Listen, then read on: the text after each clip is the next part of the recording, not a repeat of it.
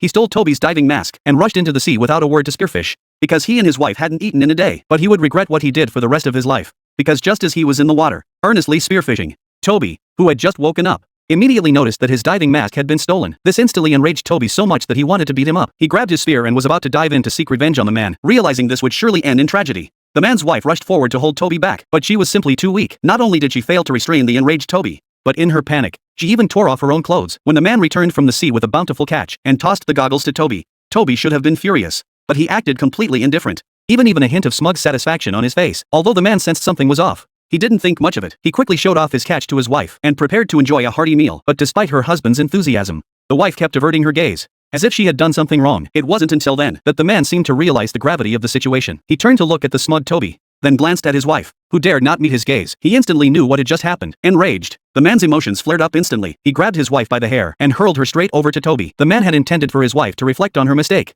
but what he never expected was that she didn't care about him at all. Instead, she began dancing with Toby on the beach, as if deliberately trying to provoke him. Upon seeing this, the man was livid. He swore he would make them both pay dearly, so he began searching the deserted island for supplies. Next, he smashed a glass bottle, removed the bottom, and smoothed it out. Then he melted a plastic bottle over a fire and attached the smoothed out bottom to the neck of the bottle. Finally, he split the plastic bottle in half and secured it tightly with black tape. This way, he had crafted a makeshift diving mask. Excited, the man rushed into the sea to test it out. To his surprise, the mask provided surprisingly clear vision. He grinned from ear to ear with joy. He quickly dove deep into the ocean, intending to catch a few big fish to drive those two crazy. However, what he never expected was that once he reached the deep waters, he unexpectedly discovered a sunken small boat. So he gave it his all, trying to pull the boat up. But walking underwater was no easy feat. Soon, the man's strength was completely exhausted. With no other choice, he had to swim to the surface to catch his breath. But he didn't dare waste too much time. He quickly returned to the seabed, fearing the boat might be gone if he stayed away too long. This time, the man gave it his all and finally managed to pull the boat back to shore. But this scene was also spotted by the other two. Realizing this was their chance to leave the deserted island,